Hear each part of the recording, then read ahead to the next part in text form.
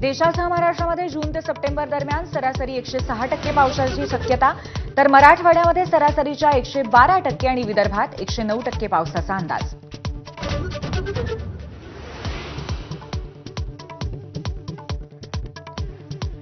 लातूर अहिल्यानगरमध्ये ढगफुटी सदृश पाऊस, सर्व रस्ते पाण्याखाली. मांजरा रेणा नदी दुथडी भरून वाहू लागल्यामुळे अनेक गावांचा संपर्क तुटला.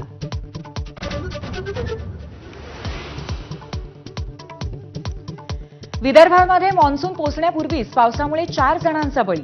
वीज कोसळल्याच्या 3 घटनांमध्ये 4 जणांचा दुर्दैवी मृत्यू, तर 5 जण जखमी झाल्याची माहिती. नांदेड जिल्ह्यामध्ये ढगफुटीसारखा बेफाम पाऊस, नाल्याला पूर आल्यामुळे 3घांचा बुडून मृत्यू. बीडमध्येही 1 जण वाहून गेला, तर लातूर जिल्ह्यामध्ये विजेचा शॉक लागून एकाचा मृत्यू.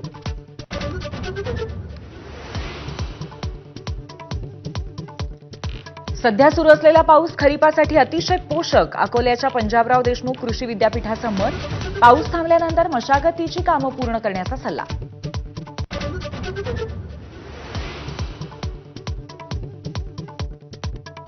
हगवणे पिता पुत्र फिरत असलेल्या थार गाडीचा मालक संकेत नरेश चौंधेच्या बहिणीचे गंभीर आरोप.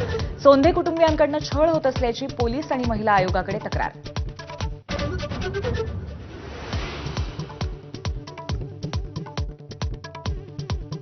बाळासाहेब असते तर अमित शहांवरती आयुष्यभर आठवण राहतील असे कडक उपचार झाले असते.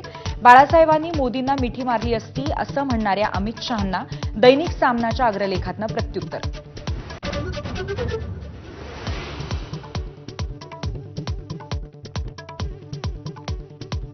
अमरावतीच्या अचलपुरामध्ये फिनले मिल कर्मचाऱ्यांचं 24 तासांपासून आंदोलन सुरूच. वेतनासाठी चिमणीवरती चढून शोले स्टाईल आंदोलन. वेतन मिळेपर्यंत आंदोलनावरती ठाम असल्याची सुद्धा भूमिका.